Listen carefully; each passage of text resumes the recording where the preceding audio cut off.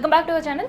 So అభిజిత్కి మళ్ళోసారి కేంద్రం నుంచి బెదిరింపులు వచ్చాయి, బీజేపీ పార్టీలో జాయిన్ అవ్వమని చెప్తున్నారు, సో అట్లాంటి ప్రెజరైజ్ చేస్తున్నారు అంటూ కొన్ని వార్తలు వస్తున్నాయి. నిజంగా ఇది అభిజిత్ ఇంకోసారి పబ్లిసిటీ స్టంటా, లేదంటే కేంద్రం నుంచి నిజంగానే ఇలాంటి ప్రెజర్స్ తీసుకొచ్చే పరిస్థితులు ఉన్నాయా? సో ఇదే టాపిక్ పైన మాట్లాడదాం. ప్రజెంట్ మనతోటి కృష్ణకుమారి గారు ఉన్నారు. మేడం నమస్తే. నమస్తే. సో మొన్నటి వరకు కూడా ఒక 4-5 రోజులు అవుతుందేమో అంతే, సీజేపీ పార్టీ కేంద్రం మెడలు ఎలా వంచిందో చూశారు. సో అలాంటి పరిస్థితుల్లో మళ్ళీ అభిజిత్కి ఒక బెదిరింపులు, ఆయన పైన ప్రెజర్ అయ్యే అవకాశం ఉంటుందంటారా బీజేపీ నుంచి? చేయగలరండి వాళ్ళు. ఎందుకంటే ఇప్పుడు అభిజిత్ దీప్కి ఉన్న సొసైటీలో అతను నమ్మే విధానం కానీ అతని ఫాలోయింగ్ కానీ ఒక రకంగా బీజేపీ పార్టీని భయపెడుతుంది.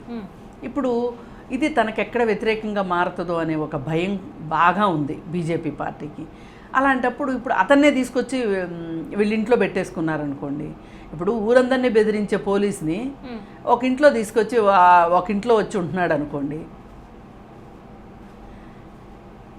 ఇంకేం భయపడతారు? అయితే ఇక్కడ ఒక సీజేపీ ప్రొటెస్ట్ చేసిన తర్వాత కూడా వాళ్ళకి బెదిరింపులు వచ్చాయి, కూర్చొని మాట్లాడే పరిస్థితి ఉంది, అయినా లొంగలేదు. ఒక సుదీర్ఘ ప్రొటెస్ట్ మనం చూసాం. అంటే ఇవన్నీ ఫేస్ చేసిన తర్వాత కూడా కేంద్రం లొంగడు అని తెలిసి ప్రెజరైజ్ చేసే అవకాశం ఉంటుందా, లేదంటే అభిజిత్ మళ్ళీ ఇంకోసారి పబ్లిసిటీ స్టంట్ ఏమైనా చేయాలి అనే ప్రయత్నం? కాదండి, ఇప్పుడు అతను పబ్లిసిటీ స్టంట్ అవసరం లేదు అతనికి. అతనికి పబ్లిసిటీ ఎందుకంటే ఇప్పుడు అతనికి వద్దన్న ఊహించని క్రేజ్ వచ్చింది. క్రేజ్ కాదు, ఊహించని మద్దతు ఉంది వాళ్ళ సమాజం నుంచి. అతను నమ్మారు. ఇప్పుడు ఆ రోజు అంతమంది స్టూడెంట్స్ కావచ్చు, యూత్ కావచ్చు, నడి వయసు వాళ్ళు కావచ్చు వచ్చారు కదా. చాలా మంది తల్లులు వచ్చారు, చాలా మంది పిల్లలు వచ్చారు. వీళ్ళందరూ వచ్చారు అంటే వీళ్ళందరూ రావటం వెనకమాల వాళ్ళందరి బాధలు ఉన్నాయి. ఇప్పుడు అక్కడ మాకు అక్కడ ఒక సమాధానం దొరుకుతుంది అనే ఒక నమ్మకం. సమాధానం దొరికినా దొరకకపోయినా మా ఆక్రోశాన్ని, మా బాధని ఎళ్ళగక్కటానికి ఒక వేదిక దొరుకుతుంది అని అనుకున్నారు. ఆ వేదికని క్రియేట్ చేసిన అభిజిత్గా అతనికి సమాజంలో కావాల్సినంత మెండుగానే ఇవాళ ఉంది. కాబట్టి పైగా ఇంకోటి ఏం జరుగుతుందంటే ఇవాళ ప్రతి వాళ్ళు కూడా వాళ్ళకి ఏదైనా ఇబ్బంది జరగగానే మేము జంజీలాగా చేస్తాము, మేము సీజేపీ పార్టీ ప్రొటెస్ట్ మళ్ళీ చేస్తాము, వాళ్ళ మద్దతు తీసుకుంటాము అని కూడా ప్రకటనలు చేస్తున్నారు. రీసెంట్ గా రైతు సంఘం సంబంధించిన వాళ్ళు కూడా రైతు సంఘం వాళ్ళు మాట్లాడారు. వాళ్ళు కూడా అందరితోనూ మాట్లాడుతున్నారు. E20 పెట్రోల్, ఇథనాల్ పెట్రోల్ గురించి మాట్లాడుతున్నారు. అందరికీ ఏంటంటే ఇన్నాళ్ళు బాధలు ఉన్నప్పటికీ పంటి బిగువున దిగమింగుకున్నారు వాళ్ళు. అంటే ఎట్లా ఎక్స్ప్రెస్ చేయాలి, ఎలాంటి పోరాట రూపం తీసుకోవాలి అనుకుని ఇప్పుడు ఒక సంఘంగా కాకుండా, ఇప్పుడు ఇంతకుముందు కూడా పోరాటాలు చేయలేదని కాదు, ఈ 12 ఏళ్లుగా కూడా చాలా పోరాటాలు జరిగినాయి. ఎందుకంటే మా రైతు ఒక తాటిపైకి అందరినీ తీసుకురావడంలో సీజేపీ ఇక్కడ సక్సెస్ అయిందని 100% సక్సెస్. బట్ స్టిల్ కాకపోతే అంత కేంద్రం పైన ఒత్తిడి తెచ్చిన వాళ్ళని మళ్ళీ కేంద్రమే ఆహ్వానిస్తుంది అనే వర్డ్కి ఎంతవరకు కాదు. ఇప్పుడు కేంద్రము ఎట్లయినా సరే పిల్లి మెడలో గంట కట్టాలని కూర్చుంది. ఎందుకంటే కేంద్రానికి ఇప్పుడు చాలా ఇది మామూలు పైకి కనిపించేంత చిన్న విషయం కాదు. ఎవరైనా చిన్న విషయం అనుకుంటే అది వాళ్ళ అమాయకత్వం. ఇప్పుడు అది చాలా పెద్ద విషయం. వాళ్ళకి ఎంత పరువు పోయింది అసలు. ఇప్పుడు ఇంతవరకు వాళ్ళని ఆప్షన్ లేకుండా అయిపోయింది. అది మరి కేంద్ర మంత్రి కాస్త మోడీ వరకు వస్తుందేమో నిరసన అనే వరకు వచ్చింది. ఇప్పుడు చాలా మంది ఏమండి విద్యాశాఖ మంత్రిని అరెస్ట్, ఆయన రాజీనామా చేయాలని అడుగుతున్నారు కదా అని చెప్పి నన్ను ఒక యాంకర్ అడిగారు. ఇది అవుట్డేటెడ్ న్యూస్. ఇప్పుడు నెక్స్ట్ మోడీ రాజీనామా. ఇప్పుడు ప్రజెంట్ న్యూస్ ఏంటి అంటే మోడీ రాజీనామా. ఇలా ఇప్పుడు ఎక్కడో హైదరాబాద్లో చిన్న స్టూడియోలో నాలాంటి చిన్న మనిషే మాకే ఈ ఐడియా వచ్చినప్పుడు పెద్ద పెద్ద వర్గాల్లో ఈ మాత్రం ఐడియా రాదా? మరి అలాంటప్పుడు అది ఎక్కడ జోరు అందుకుంటుందో అసలు మనం స్టార్టింగ్లోనే కట్ చేయాల్సిన దగ్గరే కట్ చేయలేదు, మనం పొరపాటు పడ్డాం అంచనా వేసే విషయంలో అని చెప్పి వాళ్ళు నాలుకలు కొరుక్కుంటున్నారు, పళ్ళు నూరుకుంటున్నారు, తలల బద్దలు కొట్టుకుంటున్నారు. ఈ పరిస్థితుల్లోనే ఇప్పుడు ఇథనాల్ గురించి పెట్రోలియం శాఖ మంత్రి పూరి వాళ్ళతోటి మేము ఉద్యమం చేయడానికి సిద్ధమవుతున్నామంటే ఒక్కరోజు ఆగండి అని వాళ్ళ పర్మిషన్ అడిగాడు. అవును, నాకు కొంచెం టైం ఇవ్వండి అని. ఇప్పుడు మినిస్టర్స్లో అందరికి కూడా సీజేపీ భయం పట్టుకుంది. ఖచ్చితంగా పట్టుకుంది. మినిస్టర్స్లో కాదు, మినిస్టర్స్దే ఉంది. వాళ్ళు ఎప్పుడు కూడా మీరు చెయ్యండి అంటే చేసేవాళ్ళే, కానీ స్వతంత్రంగా పనిచేసే మినిస్టర్ ఒక్కళ్ళు లేరు. ఇప్పుడు మోడీ అమిత్ షా ఇద్దరు ఆలోచిస్తున్నారు ఈ పరిస్థితిని మనం ఎట్లా అధిగమించాలి అంటే ఈ ఉద్యమం మొత్తానికి ఆయుపట్టు లాంటి వాడు అభిజిత్ దీప్కే. ఈ అభిజిత్ దీప్కేనే మనము మన ఖాతాలో వేసుకుంటే, మన బొట్లో వేసుకుంటే, ఓహో ఇలా వచ్చే వాళ్ళందరూ ఇలాగే చేస్తారు, 4 రోజులు హడావుడి చేస్తారు, 5వ రోజు వాళ్ళు ఏదో ప్యాకేజీ ఇచ్చుంటారు, ఆ ప్యాకేజీకి వెళ్ళిపోయి ఉంటారు అనే ఒక ఉద్దేశం వచ్చింది అనుకోండి, ఇంకా వాళ్ళకి ఎవరిని నమ్మి మళ్ళీ రోడ్ల మీదకి వస్తారు ఎవరైనా? అందుకని ఆందోళనకారులకి ఒక అడ్రస్ లేకుండా చెయ్యాలి, ఒక నాయకుడు లేకుండా చెయ్యాలి.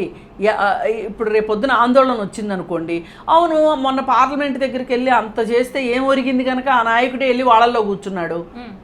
అయితే ఈ వర్డ్ సీజేపీ ప్రొటెస్ట్ ఆపిన తర్వాత, సరే కేంద్ర మంత్రి రాజీనామా చేసిన తర్వాత కూడా సీజేపీ పైన ఈ వాదన వినిపించరు. దట్టు ఎలా, ఎవరైతే వాళ్ళు యాంటీ నేషనల్ ఎలిమెంట్స్ అందరూ కూడా అందులో ఉన్నారు అంటే, అక్కడ సౌరభ్ దాస్ కావచ్చు, ఇంకొకరు కావచ్చు, అవును కరెక్టే మా టెంట్లో వాళ్ళు ఉన్నారు, ఆ విషయం మాకు తర్వాత తెలిసింది, they are not RSS, they are not BJP అని వాళ్ళ నోటి నుంచి వాళ్ళు చెప్పడం.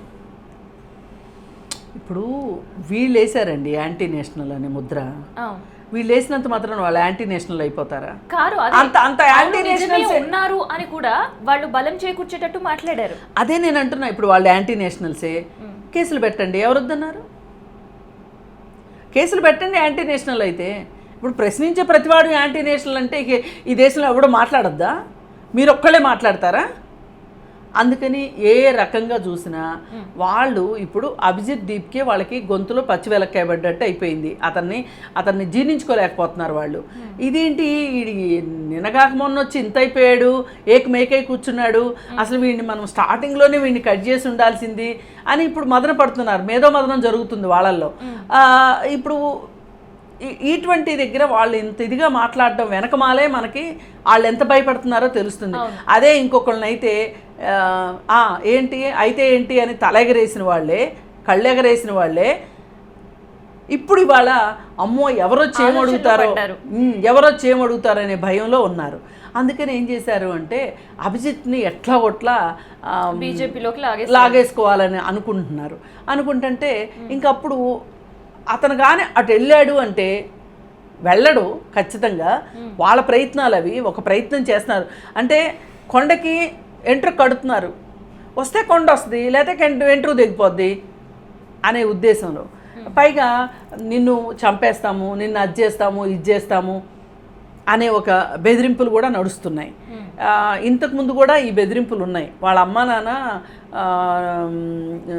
ఇతను సీజేపీ పార్టీ అక్కడ ఉండే పెట్టాడు కదా, అమెరికాలో ఉండే. ఎందుకు నాన్న మనకెందుకు ఈ గొడవలన్నీ, నువ్వేదో అక్కడికి వెళ్ళావు, చదువు కోసమని వెళ్ళావు, ఉద్యోగం చేసుకుంటా ఉండరాదా, ఇక్కడ విషయాలు నీకెందుకు, మన బతకనిస్తారా, ఇట్లా అంటే బీజేపీ అధికారంలోకి వచ్చిన తర్వాత ఒక 7-8 మందిని చంపించారు. గోవింద్ పన్సారే, దబోల్కరు, కల్బుర్గి, గౌరీ లంకేషు ఇట్లాంటి వాళ్ళని చంపేసేసరికి పైగా ఈ చంపిన వాళ్ళందరూ ముఠా ఒకే ముఠా వీళ్ళందరినీ చంపింది. అందుకని ఎవరన్నా నోరెత్తాలి అంటే భయపడుతున్నారు. అలాగే వాళ్ళమ్మ నాన్నకు కూడా ఉంటుంది కదా. కాకపోతే పూనాలో ఒక అంబేద్కర్ వాతావరణం పూనాలో చాలా బాగా ఉంటుంది. అసలు అదే నాడిని సీజేపీ ముందుకు తీసుకొచ్చింది. ఇప్పుడు ఇతను కూడా దళితుడు, ఎవరు అభిజిత్ దీప్కి. అలాగే అతనికి అంబేద్కర్ని అతను నేను చెప్పుకుంటున్నాడు, నేను అంబేద్కరిస్ట్ అని చెప్పుకుంటున్నాడు. అంబేద్కర్ ఫోటో పట్టుకుంటున్నాడు, కాన్స్టిట్యూషన్ పట్టుకుంటున్నాడు. అయితే మరి ఆ ఫ్యామిలీ వాళ్ళకి ఎంత భయం ఉంటుంది, ఎన్ని చూసుంటారు వాళ్ళు. అందుకని ఆ ఉద్దేశంతో వాళ్ళు కూడా వద్దునైనా నువ్వు రావద్దు అన్నారు. ఇంకా వచ్చిన తర్వాత ఇంక చేయగలిగింది ఏం లేదు. ఇప్పుడు మనము యుద్ధంలోకి దిగిన తర్వాత యుద్ధం చేయటం తప్పితే ఆప్షన్ లేదు. అందుకని అతను నిలబడతాడనే అనిపిస్తోంది, నిలబడాలని కోరుకుంటున్నా. ఇవాళ భారతదేశం మొత్తంలో ఒక ఆశాజనకమైన వ్యక్తి ఎవరు అంటే ఏ రాష్ట్రంలో ఏ ఇష్యూ ఉన్నా సీజేపీయే గుర్తుకొచ్చేలాగా అతనికి ఒక పర్సనాలిటీ డెవలప్ అయిపోయింది ఆల్రెడీ. అతను ఒక చిరునామాగా మారిపోయిన తర్వాత అతను బీజేపీలో చేరతాడు అని చెప్పి వాళ్ళు అనుకోవటం ఏవో దింపుడు కళ్ళం ఆశలు తప్పితే వేరే ఏమీ లేదు. అతను చేరడు, బీజేపీ పప్పులు ఉడకవు, వాళ్ళు ఎంతన్నా బెదిరించనివ్వండి. అదే మామూలుగా అతను ఒక ధనవంతుడు అనుకోండి, ఒక వ్యాపారస్తుడు అనుకోండి, ఒక ఉద్యోగస్తుడు అనుకోండి, ఏం చేసేవాళ్ళు అతని మీదకి ఈడీ రైట్స్, ఐటీ రైట్స్, ప్రతిపక్ష నాయకుడు అనుకోండి, ఇవన్నీ చేసేవాళ్ళు. ఇప్పుడు అతని దగ్గర ఏమున్నా వేసుకున్న ప్యాంటు చొక్కా తప్పితే అందుకోసం ఏంటి అంటే చంపేస్తామంటున్నారు. లేదు అనుకుంటే మా దగ్గరికి రా, మా చంకలో వచ్చి కూర్చో అంటున్నారు. కానీ అతను అలా చేస్తాడని నేను అనుకోను. ఒక సీరియస్ అంబేద్కరిస్టు దగ్గర నుంచి వాళ్ళ ఎక్స్పెక్ట్ చేయటం ఎందుకో ఇక్కడే అర్థమవుతుంది వాళ్ళు బలహీనపడ్డారు అని. ఇప్పుడు మనకి ఒక శత్రువు బలహీనపడ్డాడు అనటానికి కొన్ని సైన్స్ వస్తూ ఉంటాయి అన్నమాట. వాళ్ళ వైపు నుంచి మనకు కొన్ని సూచనలు అర్థమవుతూ ఉంటాయి. ఇది ఖచ్చితంగా వాళ్ళు భయపడుతున్నారు, అభిజిత్ దీప్కి ఎంత భయపడుతున్నారో దీన్ని బట్టి మనకు అర్థమవుతుంది. Thank you.